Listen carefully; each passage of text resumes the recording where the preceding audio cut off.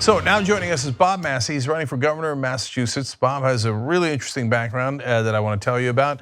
The incumbent there is, of course, Charlie Baker. I don't know why in the world Massachusetts has a Republican governor. We can get into that too. But Bob, welcome to the program.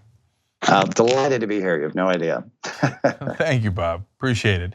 So I've been telling the audience that you've got this really interesting background. So I'm just going to dive in. Bill McKibben has endorsed you for your work in the environment.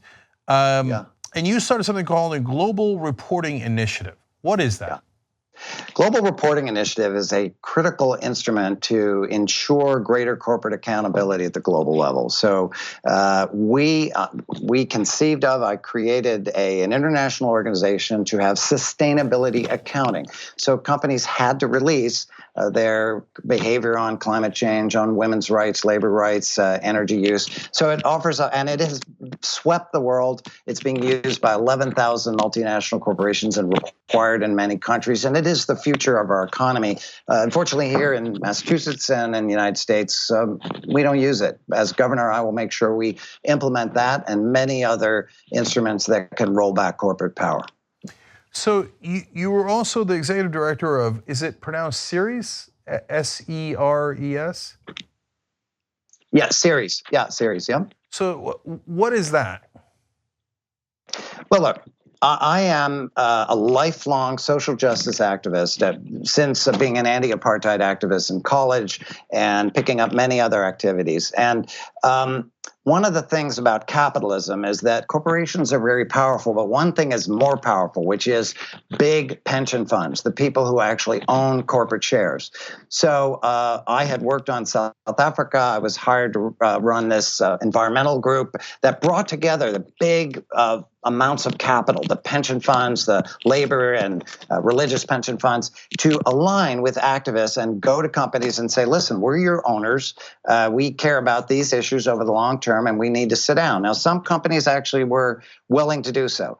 Other companies said, get lost, and we general meetings, and we were very successful. So this was engaging corporate power, first inviting them, then pushing them, and eventually this system, the Ceres advocacy, has been required in many parts of the world. So look, I actually love those efforts, because if we don't hold corporations accountable, who will, right? And so the thing that they care most about is, of course, the bottom line. So if you pressure them with financial incentives and disincentives, that is far more likely to work. So I think that's super interesting work that you've done there. So now, if you're governor of Massachusetts, let's talk about climate change, because we were talking about that, and that's where we started. What would you do as governor that would make a difference in Massachusetts? Well, first of all, I mean, we have to wipe out Governor Baker's reliance on and support for the fossil fuel industry. It's actually unimaginable. I mean, the planet is in threat, and we have the greatest economic opportunity in the history of this state. So just to give you quickly, he has the Department of Public Utilities that are supporting investor-owned companies that are sucking money out of Massachusetts families who do not have that to spare. We're spending $18 billion on fossil fuel, and they're sending that money to Wall Street. And though they are perpetuating a dirty, dangerous industry that everyone in the world is abandoning, and he's supporting it. So to answer your question, as governor, I would get rid of the people on the DPU who are not doing their job. I would support the rapid expansion of solar and of wind. This governor has been so slow walking those. I would ban the expansion of pipelines, which is a ridiculous expenditure, which is only designed to increase the profitability to these investors. Now, I just want to say, Cenk, that I started as a social activist. I became a minister working on fundamental questions of poverty and racial justice, and particularly institutionalized racism. I wrote a major book on South Africa, and I went to Harvard Business School. I have a doctorate from Harvard Business School. So as you know, as somebody of business training yourself, that really spooks people when you understand how they work, who they're responsible to. I am very pro small business. I believe in new forms of ownership. But right now in the climate business, we have seen a failure to act at a generational level. We need to wipe out the continuing support we need to battle Trump, who is similarly trying to yank us back. And we need to move forward aggressively. We could be leading on this as an example to the rest of the world, battling something that's long overdue. So I'm excited about the opportunity, but I need to win this election in order to take those bold steps. Yeah, sometimes the right wing will say, what do you guys know? Trump went to Wharton, so he knows business really well. Yeah, not really. Well, he really doesn't. So first of all, I went to Wharton, you went to Harvard Business School, and our daddies didn't get us in. Yeah, that's true. And we didn't bankrupt 6 companies. Yeah. And if there's one thing that we learned in business school, it's that financial pressure works. So that's why I love the work that you did on the pensions, and that's our pensions. We got every right to vote with our dollars and to make sure that we hold those people accountable and perhaps even save the planet in the process. So now. So that contrast between you and Charlie Baker is obvious, Bob. But there are others in the race on the Democratic side. So talk to us about your case for why people should vote for you in the primary. Look, everybody is now jumping on and using the term progressive. In some ways, that's progress. But being a progressive has a specific meaning. It means, going back 100 years to Teddy Roosevelt and the progressive era, it means being willing to take on economic power that is destroying democracy, that is destroying our electoral system, that is bending democracy to do the bidding of the big corporations. And so I just wrote a piece saying, I'm the real progressive. I've had 30 years of fighting for economic justice, taking on big corporations. I like the guys who are my opponents, but they simply don't have the experience with social movements that I do. I'm excited about being governor because as governor, I'll have the ability to speak out and to inspire people, the ability to push people, and of course the specific legal authority of the government combined with everything I know how to do from bringing movements together, bringing pension funds forward. There's a whole toolkit of ways to bring progress that the other opponents simply aren't aware of. So let's talk about the issues then. Where do you stand on healthcare?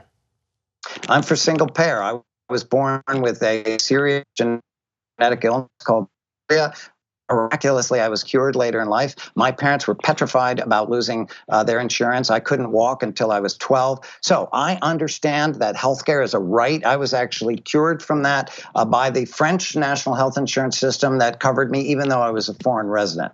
So we have a mass health program that is not really working for people. I've met so many terrified people who are afraid of losing their insurance. They can't pay the deductibles. They can't pay the premiums. This system is broken. It's going to need someone who both has the financial background and the movement background to bring about change. It's long overdue. Every other country has figured it out. I'm going to bring Massachusetts into the single payer era.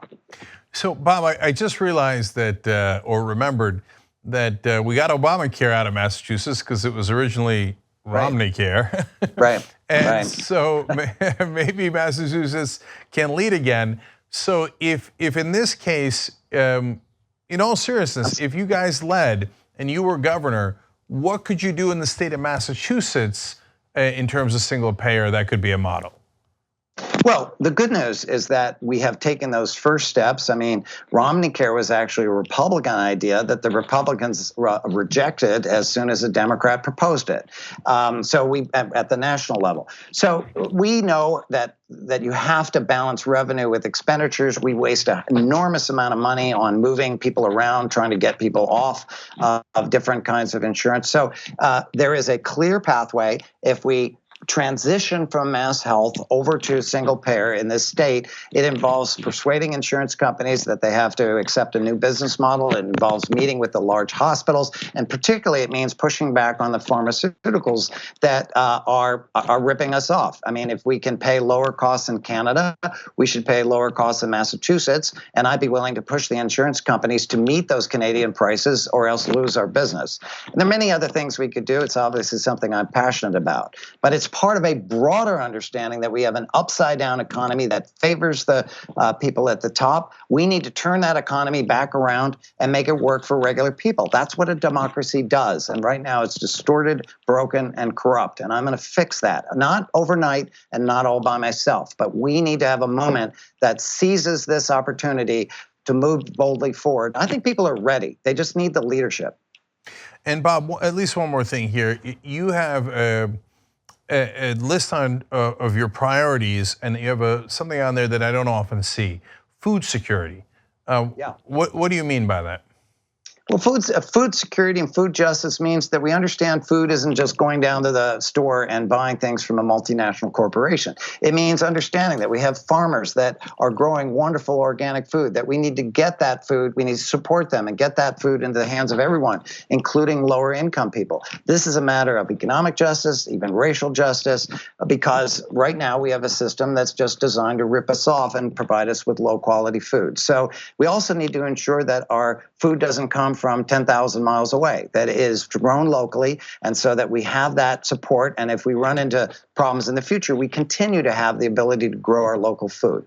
This is a vision. I have been steeped in sustainability as a concept. I've been a sustainability leader. This is a word that's never come out of this governor's mouth. I would build sustainability into every single policy that we implement, as most other countries, particularly in Europe, have already done. We are behind in technology, behind in social justice, and I want to bring us up into the 21st century where we belong.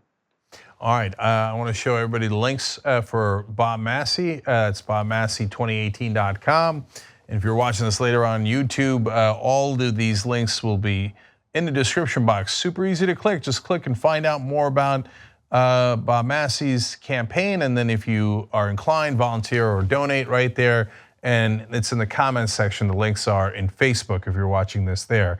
Bob, thanks so much for joining us. We really appreciate it. We're doing a great job here, but we need all the help we can get.